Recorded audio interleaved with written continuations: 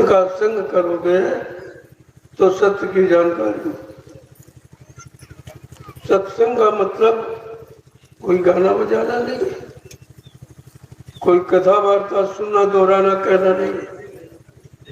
वो तो संत महापुरुषों की वचन वाणी है, जिसने जीवन में उतारी, उसको सत्संग आनंद, सत्संग का लाभ मिला। और जो पढ़ते पढ़ाते सुनते सुनाते रह गए, उन्हें कुछ नहीं मिला। इसलिए अन्य युगों में कथा वार्ता रखी गई शुभ कर्मों की। तो शुभ कर्म क्यों कराए जाते थे, उसकी वृत्ति, उसका भी अर्थ आपको नहीं बताया गया, ना उसका लाभ बताया गया कि शुभ कर्मों का लाभ क्या है। कहा जब शुभ कर्म करोगे तब तुम्हें संत महापुरुषों की पहचान, उनकी आप पहचान करो, क्योंकि ये शरीर उनकी पहचान नहीं है।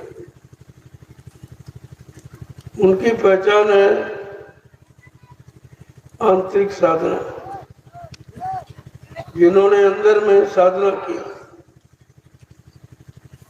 और उस मालिक को पाया, ये उनकी पहचान है। और शरीर की पहचान सबकी एक समान है, लेकिन जो अंदर में है, जो सच्चा ज्ञान है, वो तो महापुरुषों के द्वारा मिले, जिन्होंने संत महापुरुषों का संग किया, उन्होंने उस सच्चाई को प्राप्त कर लिया, बाकी रह गए। तो इसलिए कलयुग में संत महापुरुषों ने सत्संग को जारी किया, अन्य युगों में नहीं था। अन्य युगों में केवल शुभ कर्मों की क्रियाएं थी, जो शरीर इंद्रियों से, पूजा है, पाठ है, तीर्थ है, व्रत है, हवन जब तब यज्ञ गंगा स्नान, ये शुभ कर्म शरीर इंद्रियों से क्यों कराए गए, जिससे आपका तन शुद्ध हो, मन शुद्ध हो, इंद्रियां शुद्ध हो, खान पान शुद्ध हो, तुम्हारे कर्म शुद्ध हो। जब ये शुद्ध कर्म, अच्छे कर्म, नेक कर्म, भले कर्म करोगे तो तुम्हारा तन मन शुद्ध हो जाए, तो आप संत महात्माओं को पहचानने लगे। इसके पहले आप नहीं पहचान सकते। जब तक तन मन इंद्रियां शुद्ध नहीं होगी, तब तक आप महात्माओं को नहीं पहचान सकते। क्योंकि महात्माओं की पहचान तो अंदर में, ये बाहर में पहचान नहीं है, इसमें आप फंस जाओगे। ये दाढ़ी बाल लाल पीला कपड़ा, ये तो भेष है, भेष से कम नहीं।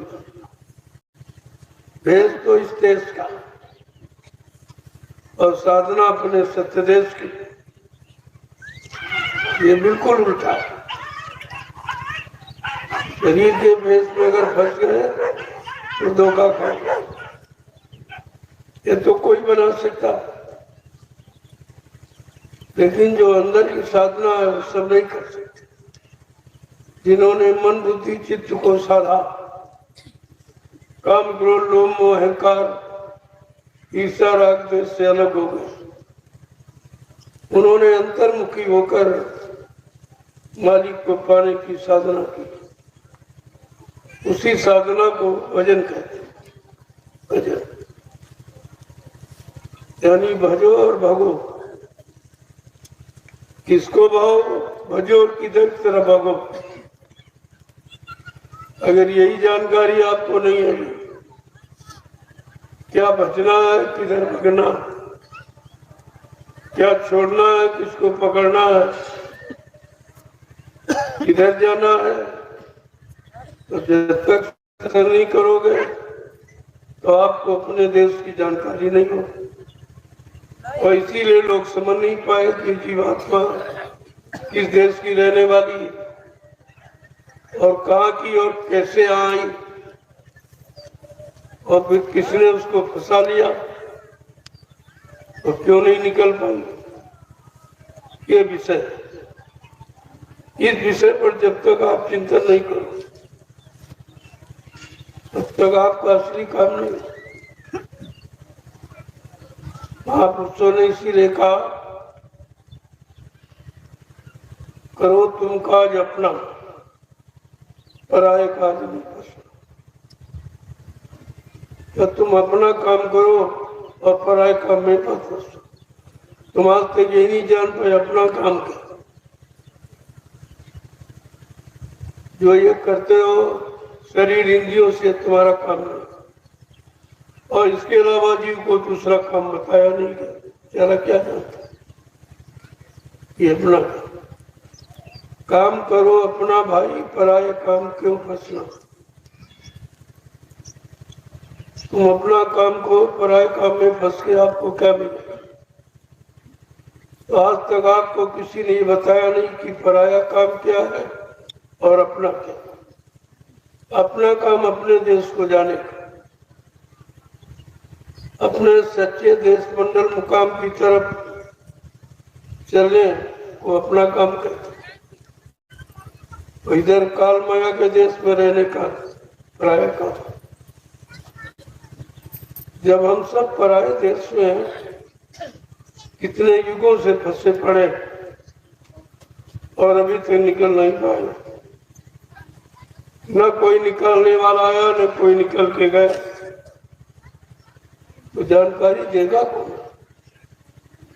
जानकारी वही देगा तो काल माया के देश में पाक साफ निर्मल पवित्र आया और जीवों को निर्मल बनाने का काम किया। एक तो यहाँ जितनी शक्तियों का इतिहास है, सब फंसने वाली शक्तियों का। जिनको तुम भगवान कहते हो वो भी फंसा। जब भगवान फंसा तो इंसान कैसे? निकालने वाला भगवान तो आया नहीं, फंसने वाला भगवान। और इसी राजपाट धन दौलत मान सम्मान में फंस के रह गया। तो फिर तो इंसान में भगवान में अंतर गिर गया। यही अंतर हमें आपको समझना चाहिए। भगवान का मतलब भाग का मान माने निर्माण करने वाला, जो तुम्हारे भाग का नया निर्माण करता। इस काल माया के देश में फंसे जीवों को निकाल कर इनकी घर की तरफ मुखातिब करके खड़ा करता वो भगवान। वो जीवों के भाग का निर्माता और जीवों के भाग का निर्माण करके इन जीवों को इनको घर पहुंचाएगा। तो बात को समझने की, ये पढ़ने पढ़ाने सुनने सुनाने की बात नहीं, ये समझने की है और करने कराने की। तब कहीं समस्या का समाधान है। कौन सी समस्या? जन्म मरण से छुटकारा, ये सबसे बड़ी समस्या। और इस समस्या का हल यहाँ किसी के पास, जो आया रहा और मर के चला गया, उसने आपको ये युक्ति नहीं बताई कि मरना तो है